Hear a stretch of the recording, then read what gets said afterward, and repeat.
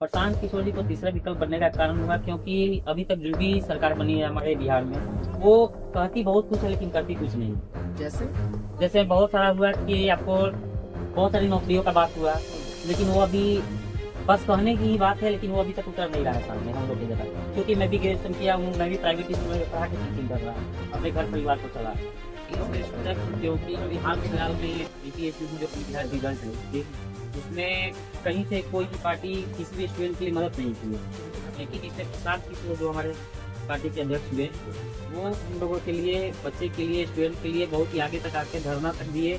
बहुत दिन तक सरकार के अपने बल पे वो मनवाने का प्रयास किए।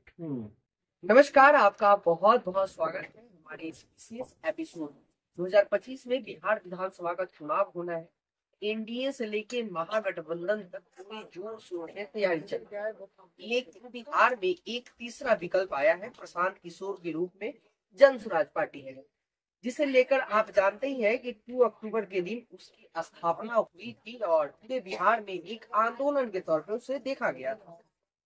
बार बार आपने प्रशांत किशोर की एक मुहिम है, जनता के बीच वो आते रहते हैं। उन्होंने पैदल यात्रा शुरू किया, उसके बाद बीपीएससी आंदोलन में भी उनकी चर्चा लाइमलाइट काफी ज्यादा देखने को मिली थी। लेकिन अब चुनाव नजदीक है और हम युवाओं से चर्चा करते हैं और पर्सनली इंटरव्यू करते हैं, जिसमें जानने की कोशिश करते हैं कि 2025 बिहार विधानसभा चुनाव की कैसी तैयारी चल रही है। आपका बहुत बहुत स्वागत है हमारे इस विशेष एपिसोड में। आपको और आपके चैनल को बहुत बहुत धन्यवाद। मेरा नाम रवि मिश्रा हुआ, मैं खगड़िया नगर परिषद का प्रखंड अध्यक्ष के पद पे मनोनीत हूँ। आप टीचिंग भी करते हैं, हमने जहाँ तक साथ साथ में मैं टीचिंग भी करता हूँ। मैं 10वीं टीचर हूँ। अच्छा, सबसे बड़ी बात है कि हमारे समाज में युवा वर्ग वो एक डिसाइड करता है कि हमें कैसी सरकार की स्थापना करनी है। आपने क्या सोचा है कि हम जन स्वराज को ज्वाइन करें? मैंने इसलिए सोचा क्योंकि अभी हाल फिलहाल में बीपीएससी की जो बिहार रिजल्ट है, उसमें कहीं से कोई भी पार्टी किसी भी स्टूडेंट के लिए मदद नहीं की है। लेकिन इसमें प्रशांत किशोर जो हमारे पार्टी के अध्यक्ष हुए, वो हम लोगों के लिए, बच्चे के लिए, स्टूडेंट के लिए बहुत ही आगे तक आके धरना तक दिए। बहुत दिन तक सरकार को अपने बल पे उनको मनवाने का प्रयास किए।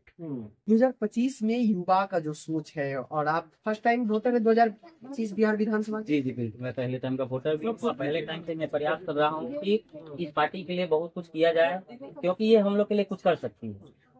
बीपीएससी आंदोलन के अलावा प्रशांत किशोर की कौन सी ऐसी बातें हैं जो आपको अच्छी लगती ये कोई भी बात को निष्पक्ष रखते हैं, सबके सामने रखते हैं। अभी बहुत सारे इनके मुद्दे हैं जो 5 महीने पे काम कर रही है। सबसे पहला चीज है इसमें युवाओं का पलायन बंद होना चाहिए, क्योंकि सब लोग अपने घर परिवार को छोड़ के दूसरी जगह जाते हैं काम करने के लिए। वहाँ परिवार में बहुत सारी ऐसी चीजें हो जाती है जिससे सबके परिवार में दिक्कतें सामना करना पड़ता है। उसके साथ साथ अभी 400 का पेंशन मिलता है अपने बिहार में, जो कि बुजुर्गों को 1000 रुपया करने का वादा किया है इन्हें।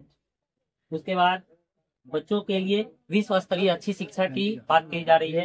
इनके पार्टी के अध्यक्ष किसानों को खेती बेहतर कमाई की काम की जा रही है। अच्छा, ये 5 योजनाओं के अलावा जो विपक्षी पार्टी है उनका भी बहुत सारी योजना है, चाहे एनडीए की बात कर ले, महागठबंधन की बात कर ले, लेकिन जमीनी स्तर पे उस चीजों को अब जनता कैसे समझ रही है कि प्रशांत किशोर की ही योजनाएं बेस्ट है? बहुत सारी वादाएं हुए, योजना बनी, लेकिन वो धरती तक कोई काम नहीं हो पाया। क्यों तीसरा विकल्प बनना पड़ा प्रशांत किशोर? प्रशांत किशोर जी को तीसरा विकल्प बनने का कारण हुआ क्योंकि अभी तक जो भी सरकार बनी है हमारे बिहार में, वो कहती बहुत कुछ है लेकिन करती कुछ नहीं।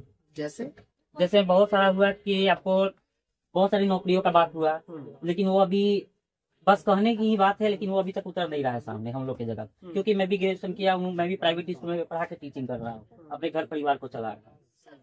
आप रोजगार खुद से कर रहे हैं इसलिए। अच्छा, जमीनी स्तर की बात करें तो 2025 में किस पार्टी से जन स्वराज की फाइट रहेगी? जन स्वराज की फाइट का क्या कहना है, यहाँ पे जो भी है गठबंधन है, एनडीए का गठबंधन है, महागठबंधन है, उससे कोई मतलब नहीं है। पार्टी अपने लिए अलग काम कर रही है, जनता के लिए काम कर रही है। मतलब जमीनी स्तर पे चुनावी माहौल में कौन ऐसी पार्टी है, एनडीए या फिर महागठबंधन, दोनों में से जन स्वराज को कौन है जो आगे पीछे कर रहा है या फिर थोड़ा सा फाइट देगा? एनडीए से ही महागठबंधन को आप फील्ड में नहीं देख रहे? तेजस्वी यादव युवा है, नहीं वो बिल्कुल कुछ नहीं होने, लोगों के बीच नहीं आ पा रहे। तो उसके साथ में एनडीए के साथ में नीतीश कुमार, जो कि काम उन्होंने बहुत कुछ ऐसा बोला, लेकिन वो बहुत हद तक वो सही हम लोग के लिए साबित नहीं हो सके। 15 साल से उनकी सरकार है, लेकिन वो कामयाबी इस हिसाब से होनी चाहिए, उस हिसाब से कामयाबी हम लोग को नहीं मिल पा रही। लेकिन इसीलिए हम लोग चाहते हैं कि कोई एक नए पार्टी जिससे मैं कार्य करता हूँ उसको सब लोग सपोर्ट करें। मैं भी सपोर्ट कर रहा हूँ। वो हम लोग के लिए एक प्रयास आदमी को करना चाहिए जिससे कि कुछ अच्छा हो सके। चलिए, हमारे साथ मिश्रा जी थे और 2025 बिहार विधानसभा चुनाव पर अपनी बात को इन्होंने रखा और कहा कि हम जैसे युवा और शिक्षित वर्ग के लोग अब तीसरे विकल्प की तरफ मूव कर चुके हुए हैं। ये तो आने वाला समय ही बताएगा कि 2025 में किस तरफ युवा वर्ग मूव करता है। फिलहाल इस वीडियो को यहीं रोकते हैं। आप लोग कमेंट सेक्शन में कमेंट करके जरूर बताइएगा